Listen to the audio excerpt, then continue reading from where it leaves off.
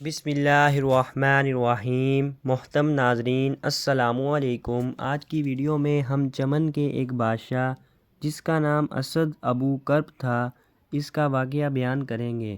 یمن کے بادشاہوں کو تبا کہا جاتا تھا جس کی جمع طبایا ہے، جیسا کہ روم کے بادشاہوں کو کیسر، مصر کے بادشاہوں کو فرعون، ترک کے بادشاہوں کو خاقان اور ایرانی بادشاہوں کو کسری کہا جاتا تھا۔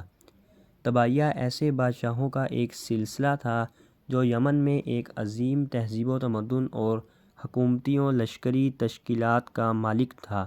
یہ بادشاہ وہاں پر بڑی شان و شوکت اور عظیم قدرت کے ساتھ رہتے تھے۔ بعض اچھے اور بعض ظالم جابر اور طاغوت تھے۔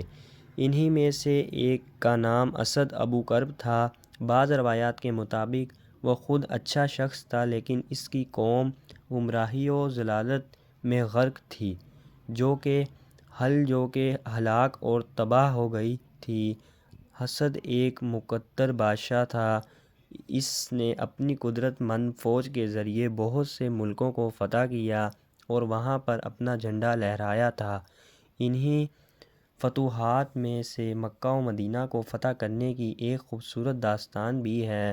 اسد ابو کرب اپنے ملک کو وسیع و عریض کرنے کی غرض سے شہر مدینہ کو فتح کرنے کے لیے مدینہ کے نزدیک آیا اور مدینہ شہر کا محاصرہ کیا۔ اس نے یہودی علماء کے نام پیغام بھیجا کہ میں سرزمین مدینہ کو ویران کرنے والا ہوں تاکہ اس میں ایک بھی یہودی باقی نہ رہے اور وہاں صرف اور صرف عرب کا قانون حاکم ہو۔ یہودیوں کا سب سے بڑا عالم شاہ ملعون وہاں پر تھا۔ اس نے کہا، اے بادشاہ، یہ وہ شہر ہے جو حضرت اسماعیل علیہ السلام کی نسل سے آنے والے پیغمبر کی ہجرت گاہ ہے، جیسا کہ جو مکہ میں پیدا ہوگا۔ پھر پیغمبر اسلام کے کچھ اوصاف بیان کیے تو بس چونکہ اس بارے میں پہلے کچھ جانتا تھا، اس نے کہا، پھر میں اس شہر کو ویران کرنے سے گریز کرتا ہوں۔ اسد نے اسو خضر کے بعض قبائل کو حکم دیا کہ وہ اس شہر میں رہیں۔ جب پیغمبر مودود حضرت محمد صلی اللہ علیہ وسلم ظہور کریں، ان کی مدد کرنا اور اپنی اولاد کو بھی اس بارے میں سفارش کرنا، یہاں تک کہ اس نے ان کے نام اپنے ایک خط میں پیغمبر محمود پر ایمان لانے کا اظہار بھی کیا۔ روایات ہے کہ ان حضرت صلی اللہ علیہ وسلم نے فرمایا، توبہ کو برا بھلا مت کہنا، وہ مسلمان ہو چکا تھا۔ اسد سرزمین مکہ کو فتح کرنے کے لیے اپنا لشکر لے کر مکہ کی طرف روانہ ہوا۔ اس وقت اس کے ہمراہ 4000 دانشور موجود تھے۔ اس نے مکہ کو فتح کیا۔ اب وہ مکہ کو ویران کرنا چاہتا تھا کہ اسے زکام کا سخت مرض لگ گیا۔ اسی بیماری کی وجہ سے اس کے کانوں، اس کی آنکھوں اور ناک سے بدبودار پانی بہنے لگا۔ طبیب اس کے علاج سے عاجز آ گئے اور انہوں نے کہا، یہ آسمانی مرض ہے، اس کا علاج ہماری قدرت سے باہر ہے۔ اگلے دن ایک دانشور مخفیانہ طور پر اسد کے وزیر کے پاس آیا اور کہا، اگر اسد اپنی نیت پاک صاف کر لے تو میں اس کا علاج کرتا ہوں۔ وزیر نے اسد سے اس دانشور عالم کے لیے اجازت حاصل کی۔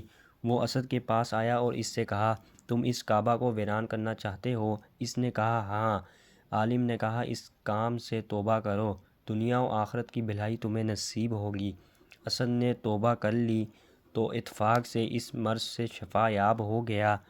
وجہ سے خدا اور حضرت ابراہیم خلیل علیہ السلام پر ایمان لے آیا۔ نہ صرف یہ کہ اس نے کعبہ کی بے حرمتی نہ کی بلکہ کعبہ کو ڈھانپنے کے لیے 7 قسم کے بڑے بڑے کپڑے مہیا کیے اور خانہ کعبہ پر چڑھائے۔ اس اعتبار سے وہ پہلا شخص تھا جس نے خانہ کعبہ کے لیے پردے بنائے۔ خانہ کعبہ پر لشکر کشی اور پھر اس کے لیے پردے بنانے کا واقعہ پیغمبر صلی اللہ علیہ وسلم کی ولادت سے پہلے سن 5 میلاد کو پیش آیا تھا۔ بہرحال اسد ابو کرب خود اچھا شخص تھا اور اپنے مقصدات کا احترام کرتا تھا، لیکن اس کی قوم فتوحات اور کسب قدرت کے نشے میں ایک گمراہ اور ستم گر قوم بن چکی تھی۔ اسی وجہ سے اللہ تعالیٰ نے انہیں کفیر قرارداد تک پہنچایا۔